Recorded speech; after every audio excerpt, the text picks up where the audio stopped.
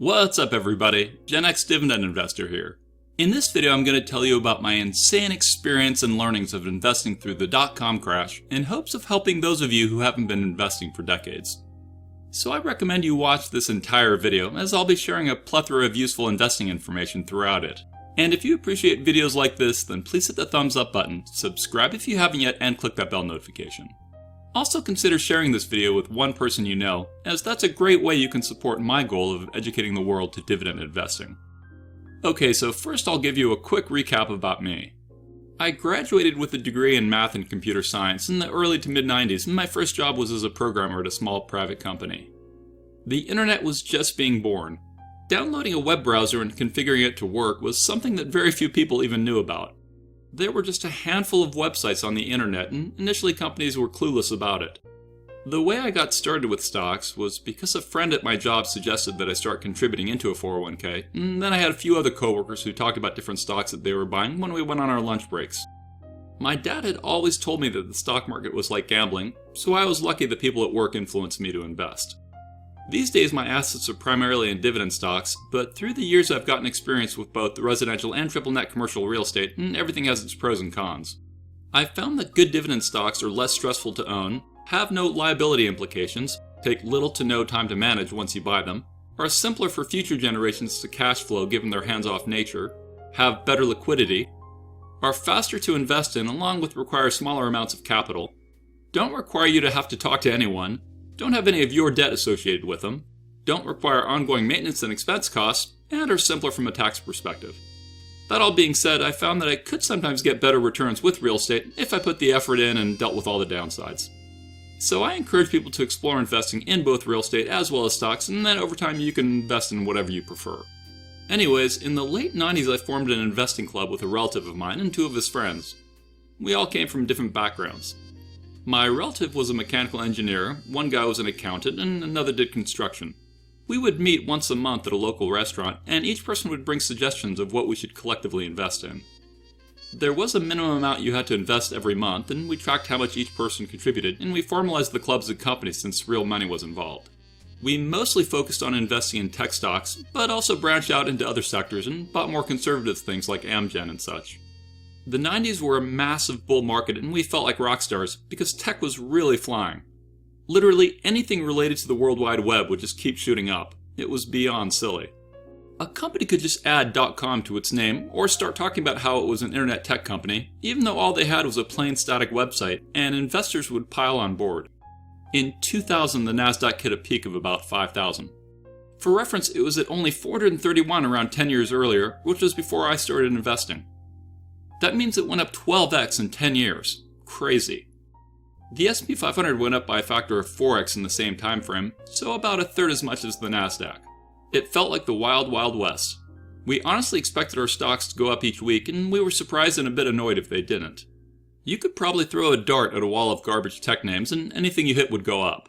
The Fed chair at the time said that investors had irrational exuberance, i.e. we were way too bullish on assets which didn't merit our bullishness. The hype of the internet was off the charts. Now, what most people got right was how big the internet would become. What most of us underestimated was how far and fast things could turn around. Those days, people didn't talk much about cash flow or profit or whatever. Things like intrinsic value and price didn't seem to matter. We all thought that cash flow would come later. We just wanted growth and mindshare. Now, there are examples of great businesses that focused on growth over profit for some period of time, kind of like Amazon did, but in the dot-com era there were very few Amazons. Anyways, I see some similarities in today's market relative to the dot-com days, and then I see some key differences. A difference between the dot-com days and now is that back then the internet was a brand new technology that was in its infancy. Now it's established, pervasive, and is a massive source of revenue enablement for companies. One similar thing between now and then is that valuations were expensive then and are still expensive now. Here's the average PE of the SP500 over time. The median PE has historically been about a 15. Today in early June we were at 20.94, so still expensive but not egregiously so. This ties to a key lesson I learned, which is that this time is never different. A phrase I first heard before the dot-com crash was, "This time it's different." What they meant was that the internet was such a game changer that these new company stocks would break the old norms and averages. Forget 15 PEs.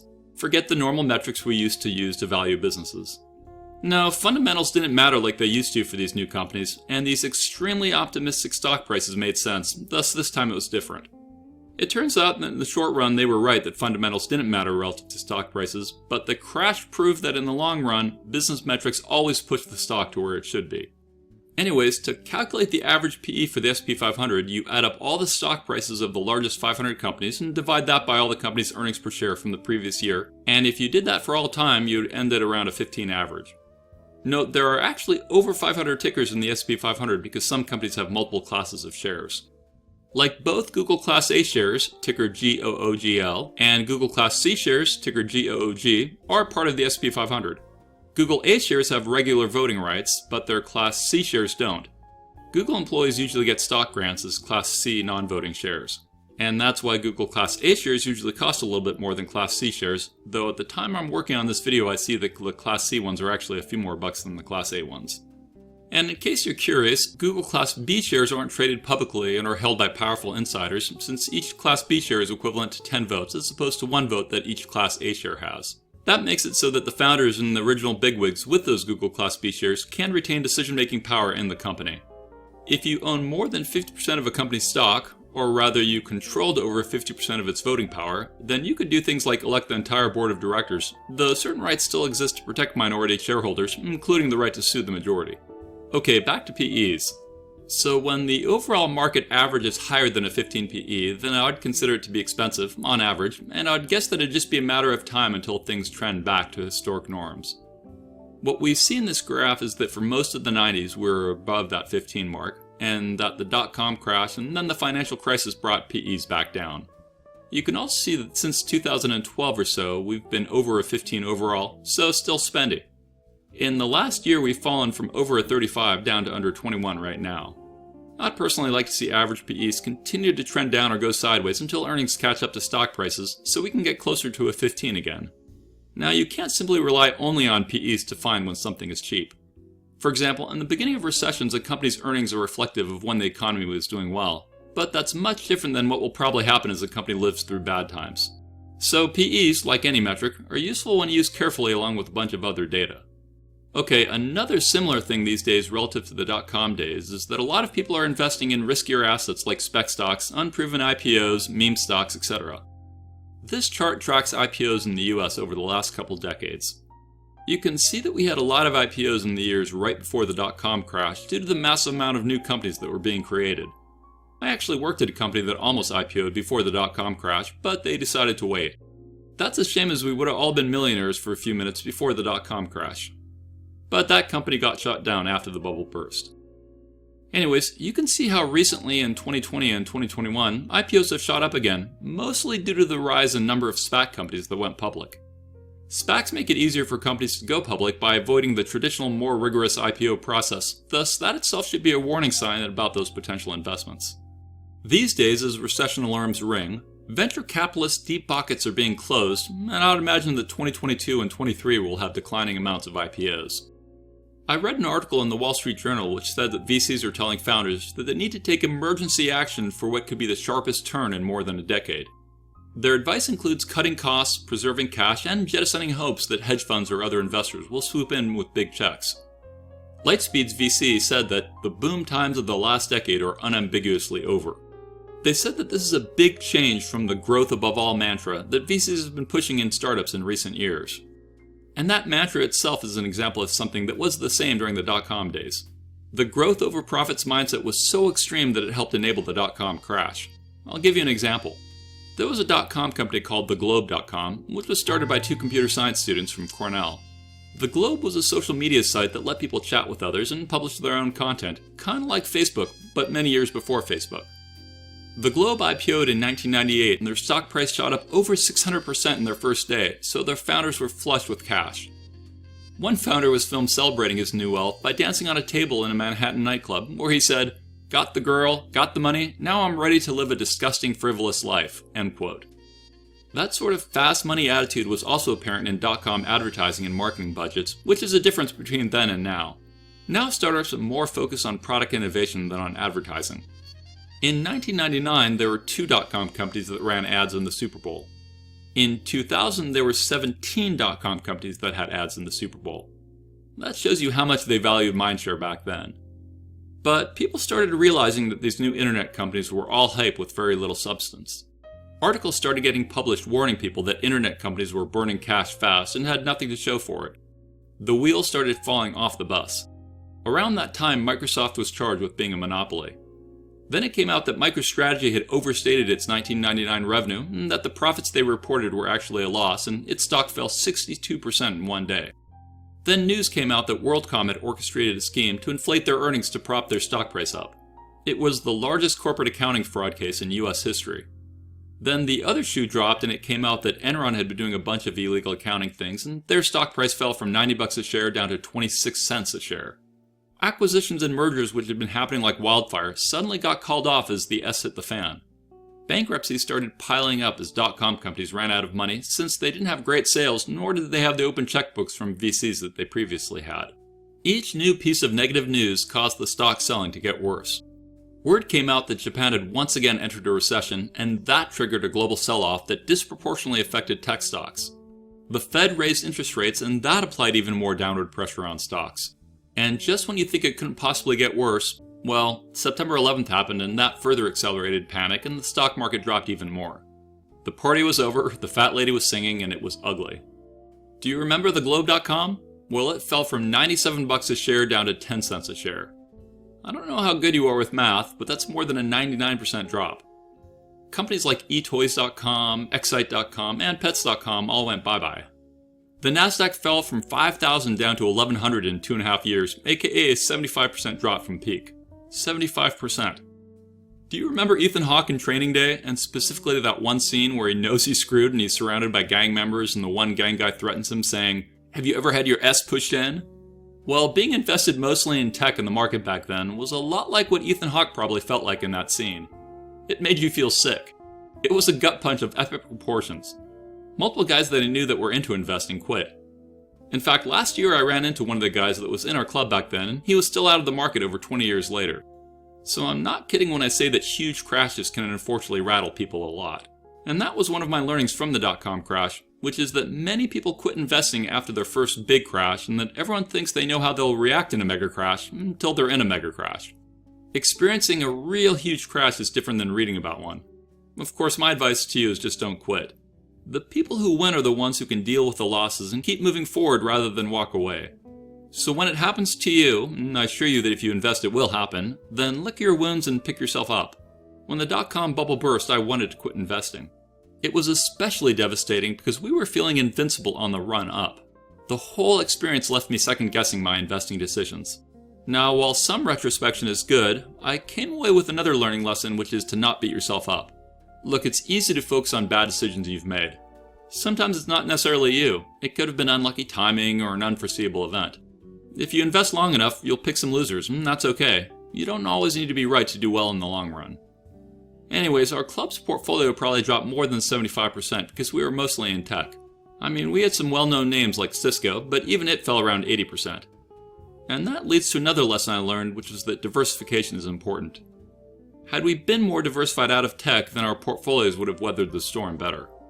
And the dot-com crash is when I really learned that almost everyone will do better simply going with broad market inexpensive index funds like VU or VTI. And that reminds me, I have a friend who has been a professional stock investor for almost 3 decades.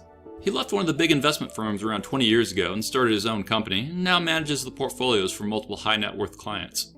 I was talking to him this weekend about the market and how things are going, and I asked him if he ever had tracked his annualized returns. He hadn't, but he guessed he was around 6 to 8% annualized. It's pretty crazy when you think about that. People pay him a lot of money to get sub-market returns. Speaking of diversification, consider investing beyond US large cap stocks, maybe internationally or emerging markets, small caps. I actually knew someone who had gone all in on 2 IPO tech stocks and he lost everything. And I mean everything. I previously mentioned that Enron contributed to the chaos during the dot-com era. Well, I worked with a lady whose entire net worth was in Enron stock since both her and her husband had worked there for decades. So Enron crashing was another example of why you really want to diversify and not have all your eggs in one basket. Loss hurts. It hurts more than the good feelings you get when stocks go up. I saw a quote that said, "Loss aversion is a cognitive bias that describes why, for individuals, the pain of losing is psychologically twice as powerful as the pleasure of gaining." The loss felt from money or any other valuable object can feel worse than gaining that same thing. Watching people quit the market because the gut punch was too much to take taught me another lesson, which is that emotions often ruin your investing decisions. Fear, greed, panic. You need to remain humble in the market. It's common to see inexperienced investors panic in bad markets, usually when things have fallen significantly, but sometimes before anything happens as they try to time the market. Yes, sometimes people get lucky, but overall more people call it wrong than right. Experienced investors have learned to control their emotions. That doesn't mean never selling, however it does mean that you need to make decisions ruled by logic, not fear or greed or whatever. Fear and greed are usually emotions that overpower inexperienced wannabe buy and hold investors. Which is tied to another lesson I learned, which is that most people feel good buying in bull markets near the top, yet most feel bad and thus don't buy in bear markets near the bottom. A way to correct that tendency to want to buy in bull markets and avoid buying in bear markets is to learn how to value your companies so that you always have a sense of how close to intrinsic value you are. If I buy when something is reasonable or cheap, it doesn't bother me if it falls, since I took the right actions. Similar to emotions, another lesson I learned is that overconfidence in your abilities or your stocks can wreck you. Don't ignore risks. Don't think you know everything. There is no perfect stock. If you think you've figured out a way to beat the market, well, you'll probably be in for a rude awakening. Which leads to another learning, which is that there is always a lot more to learn about investing. Don't rest on your laurels. You gotta spend time honing your investing craft. Read books, watch videos, talk to experienced people, engage in dividend discords like mine with other investors. The whole .com thing was a giant cluster F, and we learned that it's a dog-eat-dog world and we were wearing milk-bone underwear. As you can see in this NASDAQ chart, it took about 15 years to get back to where things were before the crash, which itself is a lesson, which is that stock markets can crash or go sideways for literally decades. And that's why people call it the lost decade, because stocks kind of went sideways for a long, long time. In 2002, Scott McNealy, the CEO of Sun Microsystems, aka the company that created the Java programming language, had a great quote about how insane he thought Sun's stock price was before the crash. For reference, Sun stock was up to around $300 a share before they fell to under $10 a share and eventually Oracle bought them. So this is what their CEO said, and listen for his cynicism. At 10 times revenues, to give you a 10-year payback, I have to pay you 100% of revenues for 10 straight years in dividends. That assumes I can get that by my shareholders. That assumes I have zero cost of goods sold, which is very hard for a computer company. That assumes zero expenses, which is really hard with 39,000 employees. That assumes I pay no taxes, which is very hard. And that assumes you pay no tax on your dividends, which is kind of illegal. And that assumes with zero R&D for the next 10 years, I can maintain the current revenue run rate. Now, having done that, would any of you like to buy my stock at $64? Do you realize how ridiculous those basic assumptions are? You don't need any transparency. You don't need any footnotes. What were you thinking? Basically, he was explaining how insane the market was to value his company's stock so ridiculously high. Okay, so I worked for a variety of companies over the years, from startups to Fortune 500 companies, and I transitioned from being a programmer to being in management. I started with a negative net worth due to getting married and taking on my wife's debt, but still became a self-made millionaire in my 30s and a multimillionaire in my 40s. I did a video called How to Become a Millionaire, where I explained how I did it and why I think anyone can do it. I never inherited a dime, nor won a lottery or anything. I've just been investing for almost 30 years and have learned how to get rich slowly, and that compounding does amazing things over long periods of time. I heard a story that Jeff Bezos said to Buffett, "Warren, your investment thesis is so simple and yet so brilliant. Why doesn't everyone just copy you?" Buffett simply replied, "Because nobody wants to get rich slow." Truer words were never spoken. The reason why most people won't get wealthy is because they don't want to get rich slow. They won't stick with the hard times to make it to the good times. And that's true for most things in life, whether you're working out or learning an instrument or whatever. Most people don't want to stay committed long enough to see the results. Everyone wants the 100-bagger, so they go after penny stocks and end up losing everything. Everyone wants the lottery win, the home run, the crypto that goes from a penny to $100. But the odds of that happening to you are probably 1 in a million, thus aren't a way you should invest. When you have greed coupled with unrealistic expectations, you end up with a recipe for disaster. Speaking of Buffett, another lesson I learned from the dot-com days was to be wary of people who poo-poo Buffett. Back in the late 90s, some investors were saying that Buffett had lost his magic. And in the very short run, when stocks with no fundamentals were shooting up, they were kinda right. But long term, they couldn't have been more wrong. Heck, before the recent stock market correction was happening, I was seeing more people discount Buffett and instead were hyping up people like Cathie Woods. I actually think Cathie is a bright lady who hopefully has a great future ahead of her. but she's not been running her funds long enough to be compared to what a Buffett or a Lynch has accomplished. Side note, one of my best performing non-dividend stocks lately has been Berkshire. Anyways, let's see how Kathy does in the upcoming decade, and I hope she does great. Speaking of doing great, the dot-com market taught me that everyone is a winner in a bull market. People who have mostly experienced only bull markets think it's easy and normal to make fast money. Unfortunately, that's not true. My stocks took a long time to grow, but they did grow. For example, I have over $1 million worth of dividend stocks in my retirement accounts because I've had it for a long time, even though I rarely hit the annual contribution limits. My first job had a salary of $30K, and I wasted lots of money on dating and cars and stuff like that, and I was never obsessive about investing or saving. But I did consistently invest over the decades. When it came into bigger lump sums from bonuses or selling profitable real estate or whatever, then I'd usually put more cash into stocks. Like I did a video called Watch Me Buy $450,000 of dividend stocks in my $2 million plus portfolio, which was money that came to me from selling my house. Almost 2 years ago I turned off my drips and started using my dividends to pay all my bills, and it's been an amazing experience. Being financially free is as awesome as you'd think it'd be, and I'm so grateful that I went down the dividend path and didn't quit when times were rough. I have a wife and 2 kids, and I started YouTube as a way to educate my kids on how their dad invests, and now I find that social media is a fun hobby. Okay, back to the lessons. One big lesson I learned from the dot-com era was to be very careful about investing in unproven businesses that are part of new trends, like blockchain right now. I personally think that blockchain will become big, but I also believe that only a handful of the hundreds of companies that are currently doing blockchain will end up doing well. That doesn't mean you should ignore new trends or companies, but I'd recommend investing the majority of your assets in proven companies and then hold back a small percentage for riskier plays. The next lesson I learned was that many investing tips are crap. What I mean is that most of the tips, suggestions, etc. that I got in the dot-com days from BBS chat rooms, IRC chats, internet forums, etc. were often bad. These days it's no different. Whether it's TikTok videos or Reddit forums or YouTube videos or whatever, lots of people push garbage. There is some solid advice out there, but the crap is also quite prevalent. So don't blindly listen to anyone out there, including me. Always do your own due diligence. Speaking about bad advice, another lesson I had was that when experts are predicting something will happen, it doesn't always happen. I've just seen it proven so many times that no one knows what the future will bring. I actually think it's prudent to listen to what experts say, but don't blindly accept it. I think people who say things like the market will definitely crash this year, or whatever, are naive. It's fine to say you think we're headed for a big crash. Heck, for people in small cap non-dividend stocks today, they've already been in a big crash. But it's silly to say something will happen. The reality is that indicators that something often happens doesn't mean it will happen. So all of that is a lesson in itself, which is that no one can consistently predict when a crash or recession will happen. I mean, I can pretty much promise you that the markets will crash big at some point, but no one knows when. So try to get your finances into a state where you'll be okay if the markets blow up and stay low for a decade, and ideally you want to be ready to exploit the lows. I've personally never been good at sitting on lots of cash, as I always find deals in any market, but that's what many really good investors do. Okay, another lesson I learned was that markets go up and down faster than you'd probably anticipate they would. I mean, the pandemic market recovery was amazing. Who thought things would rebound that quickly?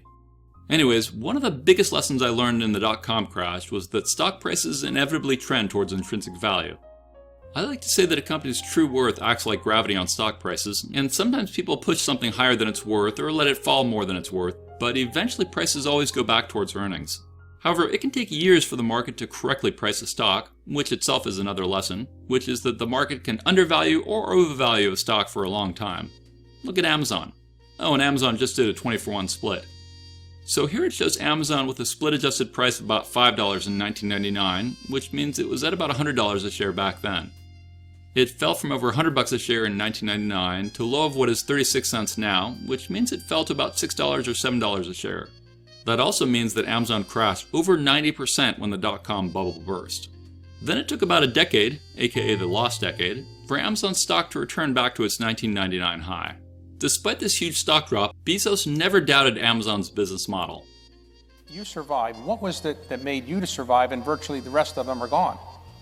Well, that whole period is very interesting because the stock is not the company and the company is not the stock. And so as I watched the stock fall from 113 to 6, I was also watching all of our internal business metrics, number of customers, profit per unit, everything you can imagine, defects, etc. Every single thing about the business was getting better and fast. And so as the stock price was going the wrong way, everything inside the company was going the right way. The same dramatic stock price drop and time to recover happened to Microsoft as well.